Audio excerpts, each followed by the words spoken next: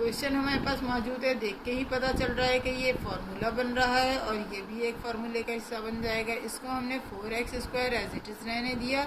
तीनों में माइनस अगर हम आ रहा है बाहर निकाल लेंगे कॉमन, तो ये हमारे पास प्लस का फार्मूला बन जाएगा। यानी ये बन गया हमारे पास a² + 2ab + b²। ये रहा a² + 2ab + b²। जब विदाउट ब्रैकेट है तो आंसर आएगा अंडर ब्रैकेट, और ये मौजूद है। और इसी तरह हमने यहाँ से y लिया, यहाँ से 1 लिया, प्लस फार्मूले का लिया, ओवर स्क्वायर कर दिया। ये चीज़ एज इट इज़ है। अब देखा जाए तो ये a² - b² का फार्मूला बन रहा है। हम यहाँ पे ब्रैकेट भी लगा देते हैं, यानी a + b, a - b से इसको हम कट करेंगे।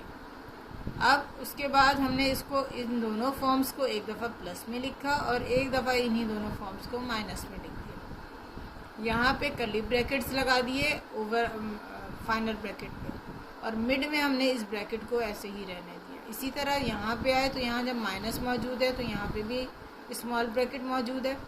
इसी तरह जब इसको सॉल्व किया तो हमारे पास बाहर प्लस था तो अंदर कोई चेंज नहीं आया, एज इट इज़ लिख दिया। इसी तरह 2x भी अपनी जगह रहा, लेकिन यहाँ माइनस है तो अंदर की दोनों साइन चेंज हो गई, यानी -+ -y, -+